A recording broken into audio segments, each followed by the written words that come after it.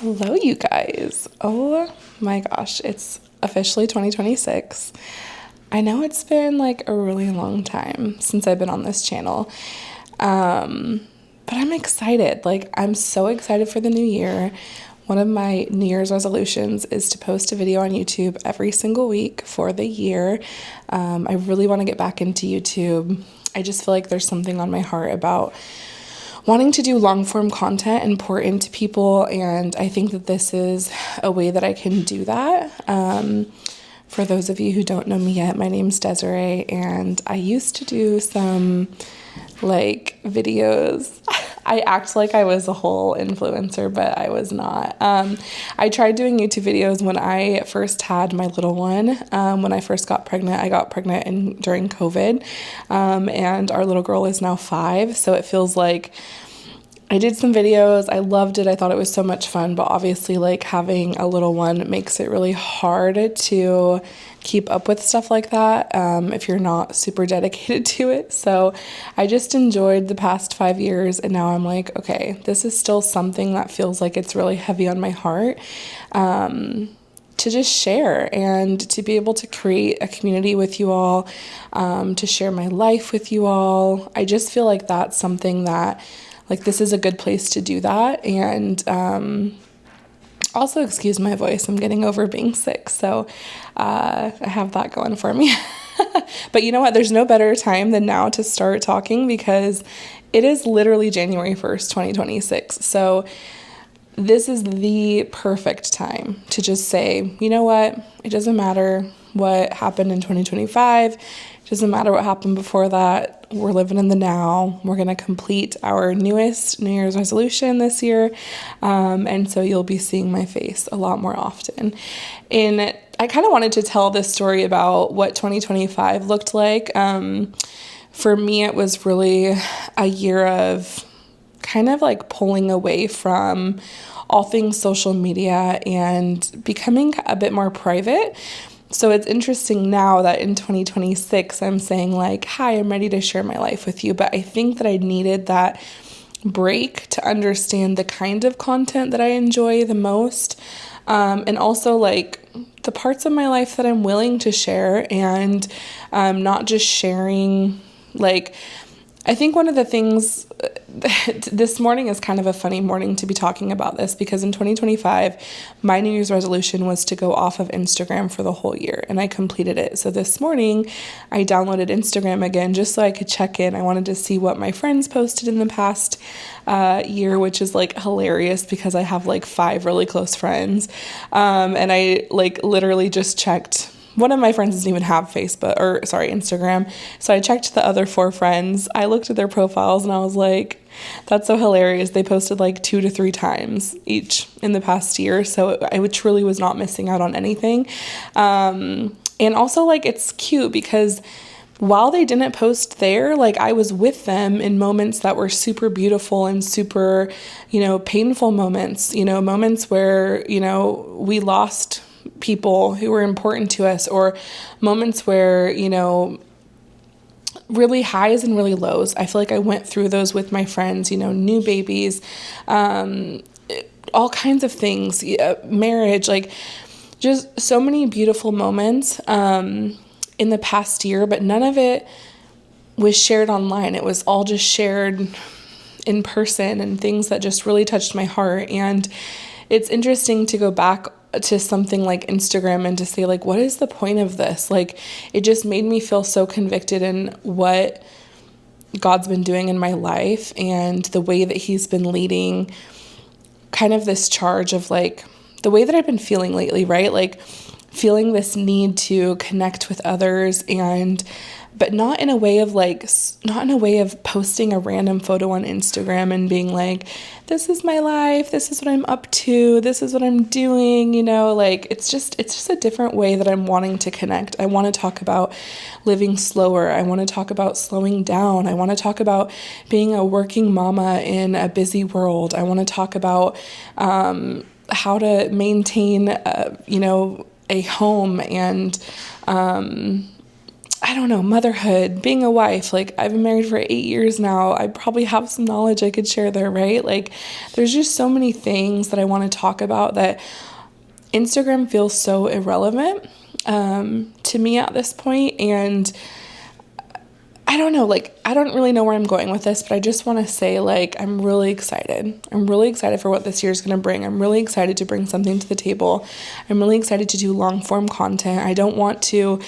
One of the things that happened this past year was while I was off of Instagram, I was introduced to TikTok, like maybe halfway through the year. And I saw really fast, like, oh, this is what all the hype's about. Like, there's like hilarious videos and you get stuck in an algorithm and it's like a whole thing. But I also like I could understand the hype and I could understand how people have a really hard time getting off of there because there's so much, like, the algorithm is just so right. Like, it feeds you exactly what you want to see. And let me tell you that my algorithm was so stupid. Like, I was grateful that it was like this because I wouldn't have wanted it to be, super political or super like doomsday or super like any of these things, that like I see people, even my husband, like he'll get stuck in an algorithm and he's like, oh my gosh, like look at this and look at this. And I'm like, how is that on your algorithm? Like, I was like, I think it's just feeding you, which I did start reading a book about this and it is true. Like the algorithm will just feed you what you like pay attention to, right? So you could accidentally get stuck on the wrong end of a lot of algorithms and that's kind of a hard place to be. Mine was really dumb. Like it was like making clay pottery, like crafts and these like cups, like I don't even know how to say it, but like these plastic cups that have a hole in them and then you put glitter in them and then water and it's like a snow globe. Like I don't know how I got stuck on that side of the algorithm, but it was cracking me up because I'm like literally laying in bed and I'm just like watching these videos of like snow globe cups and I was like, what am I doing? Like literally, what am I doing?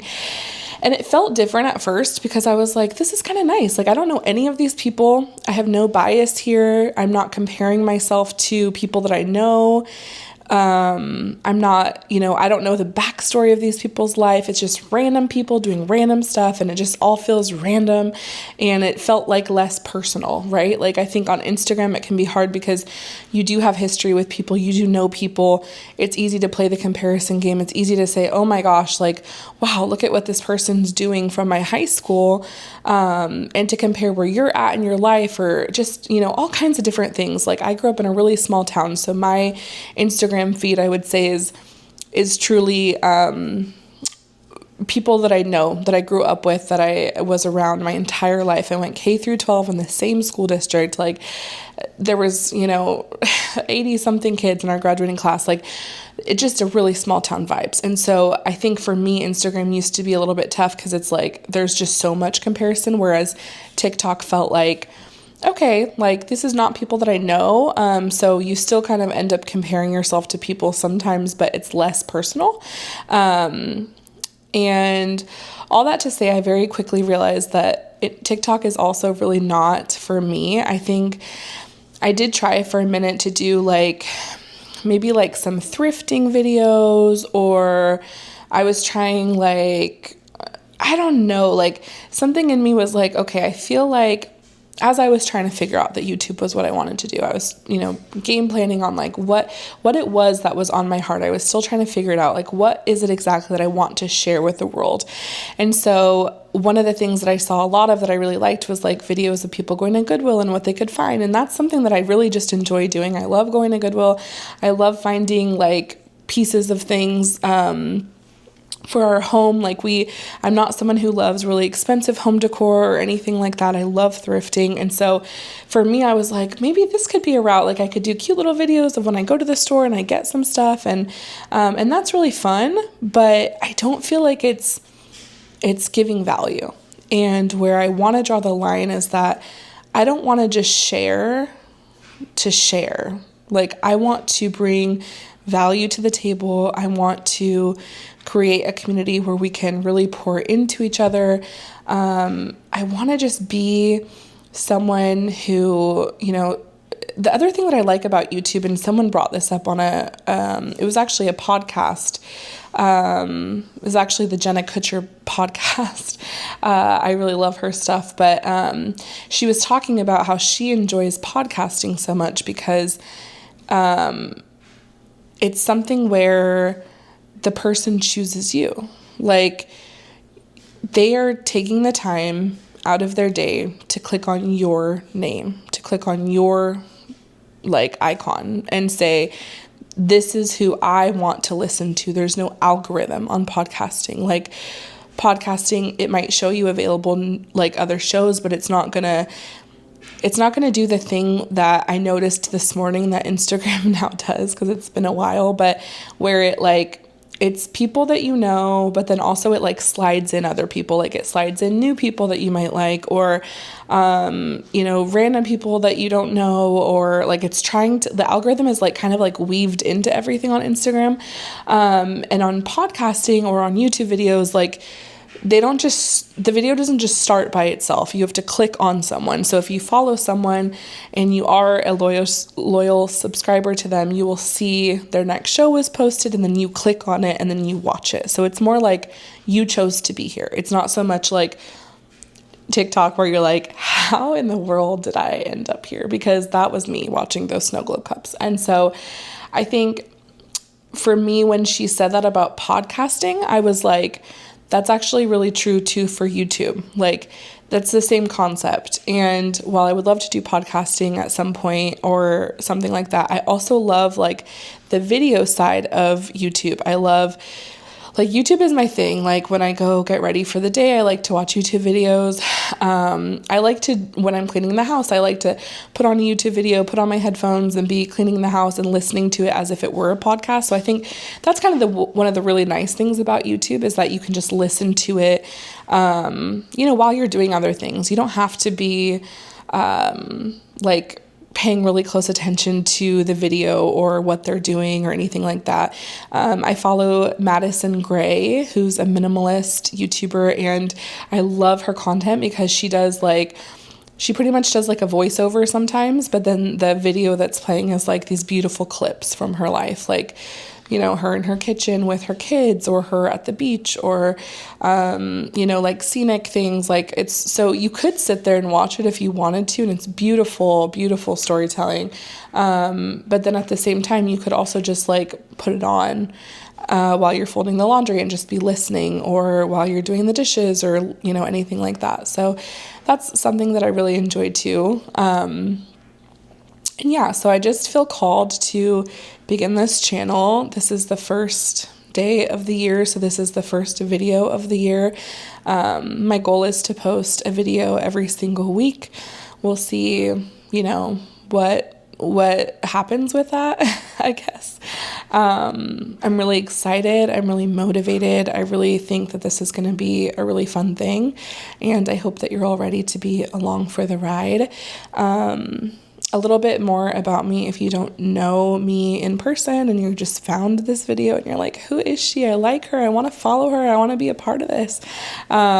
Which hopefully that's how you're feeling by now, because I feel the same way about you. But basically, I am about to turn 30. And I live in Portland, Oregon, so the Pacific Northwest. It's currently rainy out. It's the dead of winter, which is fine. At least I found some good lighting in my house for this video. I think that's kind of one of the hard parts about living in the Pacific Northwest, is the lighting's a little bit tricky for things like this, but found a good spot, so that's good. And yeah, I live here with my husband and our little girl. She just turned 5 in December, so right before Christmas. And it's just us three, our sweet little family. We have a little cat named Luna.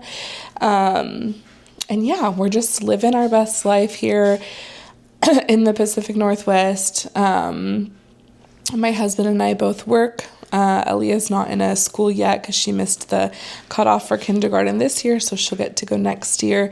But she's not in a preschool right now or anything like that. She's home with us all the time. So I work full time, and my husband works flexible schedule on the side of my working. So basically what that looks like for us is in the morning I go to work, I work 8 to 5, I come home, we eat dinner together, and then he heads off to work and works until about 10 or 11. So his schedule is very flexible, which is amazing.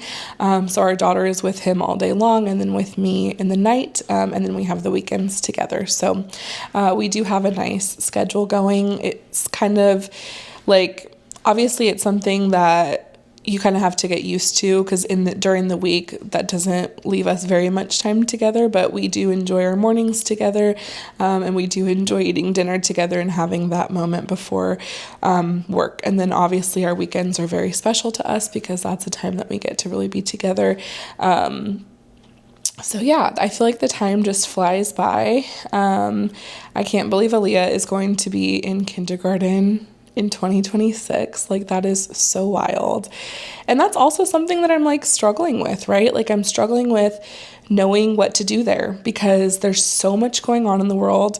It's a scary time to send your kiddos off to school. Like, I think that that's just like a question that I'm wrestling with, is whether I want to like find a way to homeschool her, or if I do want to send her to school. I go both ways because I feel like she could be a true blessing in a public school system. She is just like a little ray of sunshine, and I think that God uses us all in different ways, and I think she would bless people wherever she was. But I sometimes am like, if all of I don't even know how to say what I'm trying to say, but sometimes it feels like, okay, if I don't send her to public school, like maybe that's where she was going to bless some people. Like maybe she was going to be the light that some of those kids needed. Maybe she was going to be the like stable beam child that they needed to rely on or something. Like, I don't know exactly what I'm trying to say, but I think when I was in school, I tried to be like the person who was friends with everyone and made everyone feel welcome. And so, to me, it just feels like, am I depriving like other people of, I don't know where I'm going with that. I hope that makes sense. Like, I just feel like, oh my gosh, like maybe she could have been like that bright light that they needed to have there at the school. Because maybe right now times are so tough that there's not a whole lot of bright little lights. Like maybe things are really like doomsday-ish out there, and she could be like that light to someone. And so I struggle with that part.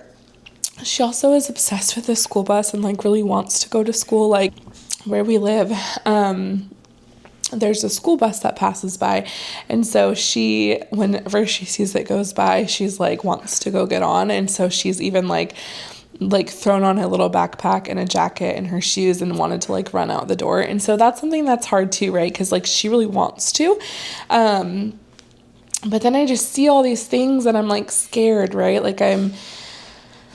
I'm always constantly reminded, like, faith and fear cannot live in the same body. And so I try to put that at the forefront of my mind. Like, there's no use in being fearful because God has control of everything anyways.